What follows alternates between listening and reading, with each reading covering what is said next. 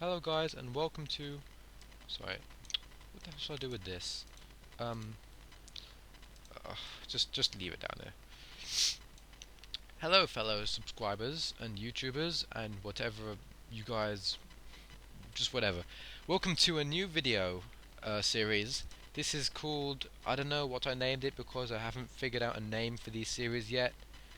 It's probably something to do with maths and programs, but I don't know. I don't know what to call this series yet. But anyways, this program I built is specifically designed to search for numbers that add to something and times to something. Now that may sound a little confusing, but once I demonstrate it, it'll become very simple. So first of all, let's just pick two random numbers. Let's say not too big. Let's say 3 and I don't know 18. So when we add these two numbers, 3 and 18, they make 21. So let's make a note of it here. You don't have to, but I want to. And 3 times 18 would equal 54, and let's just jot that down there. So now that we've got this information here, this program can work out what those two numbers are by just knowing these two. So, for example, type in a number to add up to, we put 21 since that's the one that's, adds them both up. Enter the times to 54, which is some 3 times 18.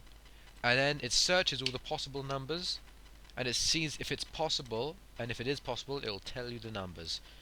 Now, there's a certain maths topic I know of that utilizes this. I forgot what it was called. It's something to do with quadratic things, and I decided to build this program to help me do just that. So I'm going to leave a description. I'm going to leave a link in the description for a link to this program. Trust me, this isn't any virus or anything like that. Trust me, it is not.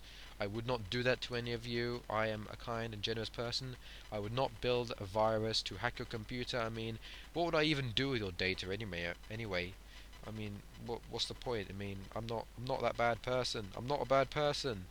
So, anyways, yeah, that's pretty much it. This program can figure out that, and yeah, this is my first video on this series.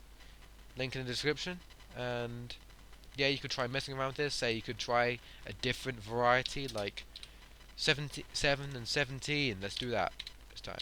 We're going to do the same thing we did. 24. 7 times 17, 119. And there you go. Now you've got this data. Now you just run my program again. And we just type in the integers we have. 109, searches the possibilities, and there we go. It reads our mind, 7 and 17. Now, when you use this program, you may notice that the second number is always going to be bigger than the first number. Now, if you really want to know why that is, I can give you a brief explanation on how this program works. If you don't want to hear, that's okay. I've pretty much covered everything this program does anyway, so you don't really need to hear the next part if you don't want to know the mechanics of this program. But if you really want to know, okay. So, this program, it creates 6 variables. Add to, time to, no one, no to, no way, and yes way. Add to and time to are the inputs, are the variables that you type in. Oh wait, let me just put this in again. So when you type a number in, like say, let's do an example again, 7. Now 7 is in the add to variable, and when we put in 17 for times to, 17 will be put into the time to variable, and you'll get what these few are later on. No way. If no way equals 1, adding and timesing is impossible. So when this equals 1, that's it, it's impossible. You cannot solve it. You cannot find two numbers that will add to make this and times to make this. It would be impossible, according to the program. Now, the yes way, on the other hand, if it equals 1, then it is possible. So if it is 1, the program has figured out what two numbers, goes into these two, and yeah, pretty much it is possible. And they found it out. So these these 4 functions do pretty much what we just done now. Type in a number and put some variable to asking you. This just puts a new line, you don't need to know that. Now, a while loop, this thing here, it keeps on going until no way is equal to 1. So when this has found out that it's impossible, then it will stop. So this here, all of this coding will keep on going until it's impossible. Until the program finds out that what I put in is impossible. So what does it do during this loop? Now, here is where the proper maths come in.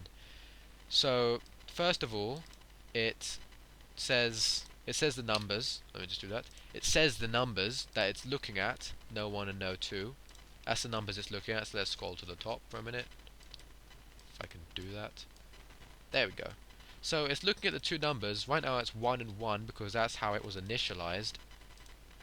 And it prints it with a question mark, indicating that is it 1 and 1, or is it 1 and 14, or is it 2 and 5? So the next if statement checks whether no 1 and no 2 adds up to equal add 2. So if the first number and the second one add up to make, well, to make 24. And if it does, it'll keep on going. If it doesn't, then it'll go nope. It'll say nope, just like it says there. And then it'll implement the second number by 1, as it does here. And if the second number is equal to the times number, don't worry about this +1, that's just there just because of programming bugs. If it's equal to the time 2 one, in this case 119. Hold on a second. Sorry, I got that wrong. Hold on a second, I'm kind of puzzled myself. This shouldn't have gone to 17, it should have gone to 119. Who said it to initialize it that it stops at 17? Time 2. Oh, time 2. That's not supposed to be time 2, it's supposed to be no. Oh. Oh no, wait. Time 2. Yeah, I'm kind of stumped now. Okay. I wonder how it did that. How it worked out it was 17 before it even begun. Oh, ha ha ha ha ha ha. I've just found something really weird with my program. Apparently it finds out the second number before it even properly works it out. Now that is strange. That's really strange. I didn't even program it like that. It's probably a programming bug or something that I left in there by mistake. Oh, there's no possible way anyway. So actually I just inputted it wrong. Sorry. Kind of inputted it incorrectly. You're supposed to put these two, not these two. These two. 24 and 119. See, it solves it. 7 and 17. There I used it correctly. Sorry. Oh, what? Yeah, it doesn't. Never mind. Oh, let's do a much shorter one, like 5 and 6. There, that's much simpler. There. So when it's not equal to add 2, when it adds, it goes nope. As you can see, nope. And then implements the second number by 1, as you can see here. And if the second number is equal to the times 2, as you can see here, it goes 1 and 6 and it jumps to 2 and 1. Yeah, if the second number is equal to this, then it adds the first number by 1 and it changes the second number to 1. So it keeps on going. It just implements this and keeps on going. And it pretty much does that until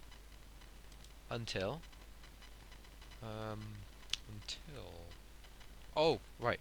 Until the first number is equal to the times. Let's demonstrate that now. Let's do an impossible one, like 1 and 5. See, there's no way. So unless both of these are equal to, if both of these are equal to the times 2, there'll be no way. It would just be impossible. Trust me, it'll be impossible. If these two are equal to times 2, it would be just, it's impossible. I mean, you try and figure out a way to add to 1 and times to 5, and use only integers. You're not allowed to use, yeah, but anyways, my point is, when it both reaches times 2, it would be impossible. So let's go back to our previous example, 5, 6. Now, when it is equal to add 2, it will check if the two numbers times to make times 2. And if it doesn't, it'll do the same as last time. It'll go nope, adds that by 1, and if that's equal to times 2, and so on. But you know that. But if it does equal to times 2, for instance, if it is correct, like 2 and 3, if it's correct, then it'll make yes way equal to 1, which means there is possible. It is possible, and it'll break. What break means, it gets out of this loop. I mean, you know, remember when I said this loop will keep on going until until it finds out that it's impossible? Yeah, well, this break statement here, this breaks out of it. It gets out of the loop early. So just say, it just kind of says, screw you loop, I don't care, I'm getting out of this loop now, so talk to the hand. Oh, that's just, I'm not trying to be funny, I'm just trying to, tell you what happens when a break statement is shown. It's just an example I just whipped up in just less than a few seconds. I just whipped it up in just like a few seconds, so you can't really expect anything good. I didn't write a script or anything, I'm just improvising here on what I'm saying. But anyways, back to the point. So when it breaks, it checks if there is a possible way, and if there isn't a possible way, it'll say there is no way, and then it'll just end the program. But if there is a way, if yes, the way is equal to 1, then it'll say there is a way, and then it'll say the numbers. Now, when it says no way, is when it's when number 1 is equal to, if both numbers are equal to times 2, like I said before like a million times, then it'll equal no way, and then the loop will go, oh look, no way is equal to 1, that means it's impossible, time to break the loop, and then it breaks the loop. And then no way, by the if statement here, says there's no way, and then it ends the program. But on the other hand, if the yes way thing is here, if it found a solution, then it'll break, and it'll do this. So back to our original point. Why is this second number always larger than 2? Well, if you haven't already figured it out, the numbers cannot be the same. For example, you can't have 6, 6. Like I demonstrated earlier with 5, 5. You just can't have two numbers the same. So there must be one number larger than the other one. Oh, ha ha ha, I put 69. Shut up. Anyways, there has to be a number larger than the other one. And this one kind of filters it out, because remember, it's implementing this one first, not this one. This one, it goes to the highest number it could possibly be, and then moves on, then implements by that, and searches again.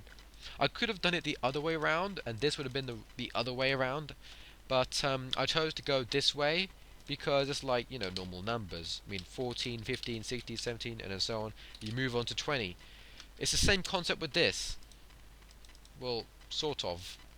Anyways, now you know how this number is always bigger than that number, because this is first implemented than this. I mean, this is implemented more than the second number is implemented more than the first number. That's why.